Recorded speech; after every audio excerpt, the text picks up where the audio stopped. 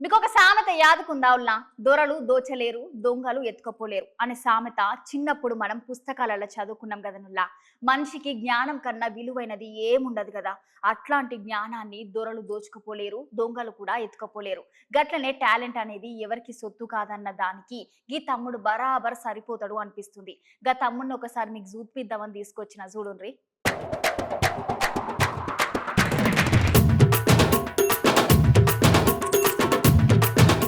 మీకు ఒక సామెత గుర్తుంది అనుల్లా? దొరలు దోచుకోలేరు, దొంగలు ఎత్తుకపోలేరు అనే సామెత చిన్నప్పుడు మన పుస్తకాలలో చదువుకున్నాం కదనుల్లా. మనిషికి జ్ఞానం కన్నా విలువైనది ఏముండదు కదా. అలాంటి జ్ఞానాన్ని దొరలు దోచుకపోలేరు, దొంగలు కూడా ఎత్తుకపోలేరు. గట్లనే టాలెంట్ అనేది ఎవరి సత్తు కాదు.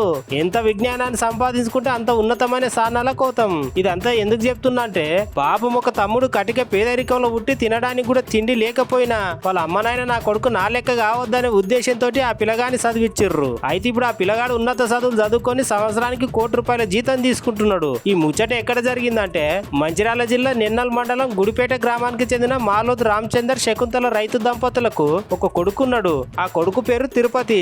చదువుకోవాలన్న తపనతోటి చదువు అంటే ఇష్టపడే విద్యార్థులు ఎంతటి కష్టమైన వాడి ఎంత దూరమైన దాటుకొని వెళ్లి వాళ్ళు అనుకున్న లక్ష్యాన్ని అయితే సాధిస్తారు కదా. అచ్చం గట్లనే ఈ తమ్ముడు కూడా చేసిండు.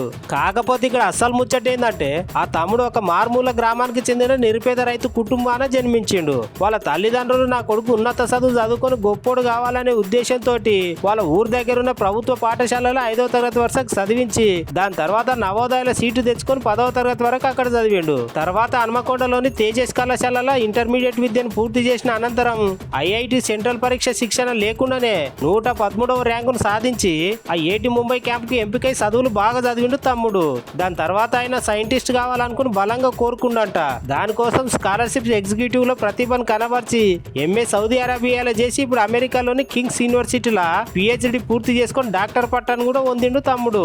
తమ్ముని పట్టుదలని ఆయనని ఉన్నత స్థాయికి తీసుకొని పోయింది. దానికి ఫలితంగానే అమెరికాలోని అతిపెద్ద కంపెనీ అయిన థర్డ్ వేవ్ సిస్టమ్ కంపెనీలా సంవత్సరానికి ₹1,00,00,000 సంపాదించే నౌకరు తెచ్చుకున్నాడు తమ్ముడు. ఇక తమ్ముని అమ్మనాయన కార్ల సంతోషం అయితే చూసిండు తమ్ముడు. చూసి రానులా గూటికి కూడా లేని తమ్ముడు ఇవాళ కోటికి పరిగెత్తి ఇచ్చిండు. ఇట్లాంటి కొడుకు ప్రతి ఇంట్లో ఉంటే ఆ కుటుంబం చాలా బాగుంటుంది కదా. నాకు చదువు లేదు, మా పిల్లల్ని చదివించాలని తపనతోటి మేము కూలీ నాలు చేసి మా పిల్లల్ని చదివించినాం. మా పెద్ద కొడుకు విత్ కోచింగ్ లేకుండా ఐఐటి సీటు కొట్టి ఇలా అమెరికాలో జాబ్ చేస్తున్నాడు. ఆ జాబ్ చేసి నాకు చాలా సంతోషం. ఐఐటి సీట్ వచ్చేసి బాంబేలో వచ్చేసింది. బాంబే బీటెక్ అయిపోయింది. అక్కడికి వెళ్ళి సౌదీ అరేబియాలో ఎంఎస్ చేసిండు.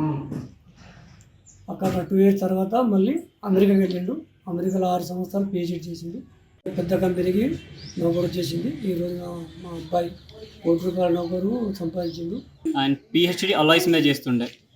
ఇప్పుడు పిహెచ్డి అనంతరం అన్నయ్యకు డాక్టరేట్ ఉంది. డాక్టరేట్ అనంతరం అన్నయ్యకు 1 crore ప్యాకేజ్తోని థర్డ్ వేవ్ సిస్టంలో రీసెర్చ్ మేనేజర్గా జాబ్ వచ్చింది. సో మేము ఎప్పుడు అనుకోలేదు అన్నయ్యకి ఇంత 1 crore ప్యాకేజ్ వస్తుంది అని. ఎందుకంటే మేము చాలా పూర్ బ్యాక్గ్రౌండ్ నుండి వచ్చిన వాళ్ళం. పేరెంట్స్ ఎప్పుడు చాలా కష్టపడి మమ్మల్ని పెంచేటప్పుడు. చాలా తక్కువ ల్యాండ్ ఉండేది. కంప్లీట్లీ మేము వ్యవసాయం మీద, తర్వాత స్మాల్ ఫార్మింగ్ అంటే స్మాల్ బిజినెస్ హెన్ బిజినెస్ అయినా, టైలరింగ్ బిజినెస్ అయినా ఇవి చేస్తూ ఉండే డాడీ ఇప్పుడు. సో మమ్మల్ని ఎప్పుడు మాకేం కష్టం రాకుండా పెంచిండు. సో ఇవంతటికి ఈరోజు చూస్తుంటే చాలా హ్యాపీగా ఉంది అన్నయ్యకి ఆ ప్యాకేజ్. అండ్ నాకన్నా ఇప్పుడు నాకు కెరీర్లో హెల్ప్ చేస్తూ ఉండేవాడు, ఎలా చదవాలి, ఏం చేయాలని. నాకు ఐఐటి బాంబే ఏరోస్పేస్ ఇంజనీరింగ్లో సీట్ లభించింది. అక్కడ సీట్ లభించడం నాకు నేను చాలా అదృష్టంగా భావిస్తాను అండ్ గర్వంగా కూడా ఫీల్ అవుతాను. ఎందుకంటే అక్కడే నాకు రీసెర్చ్ మీద ఇంట్రెస్ట్ అనేది ఏర్పడింది. సో నా 3rd yearలో నాకు సౌదీ అరేబియాలోని King Abdullah University of Science and టెక్నాలజీలో ఇంటర్న్షిప్ చేయడానికి అవకాశం లభించింది. అక్కడ నాకు రీసెర్చ్ నచ్చడం వల్ల నేను మాస్టర్స్ మెకానికల్ ఇంజనీరింగ్లో చేయడానికి మళ్ళీ అక్కడే బ్యాక్ వెళ్ళాను. ఆ తర్వాత నేను యూఎస్లో చాలా యూనివర్సిటీస్కి పిహెచ్డి కోసం అప్లై చేశాను. అందులో నాకు నా ఫస్ట్ చాయిస్ అయిన జాన్స్ హాప్కిన్స్ యూనివర్సిటీలో సివిల్ ఇంజనీరింగ్లో పిహెచ్డి చేయడానికి అవకాశం లభించింది. నేను 2017లో యూఎస్కి వచ్చాను అండ్ 23లో నా పిహెచ్డిని డిఫెండ్ చేశాను. 2-3 days బ్యాక్ నా గ్రాడ్యుయేషన్ సెరమనీ అయింది. దానికి మా పేరెంట్స్ ఇండియా నుంచి ఇండియా నుంచి లైవ్లో చూడడం నాకు చాలా ఆనందం.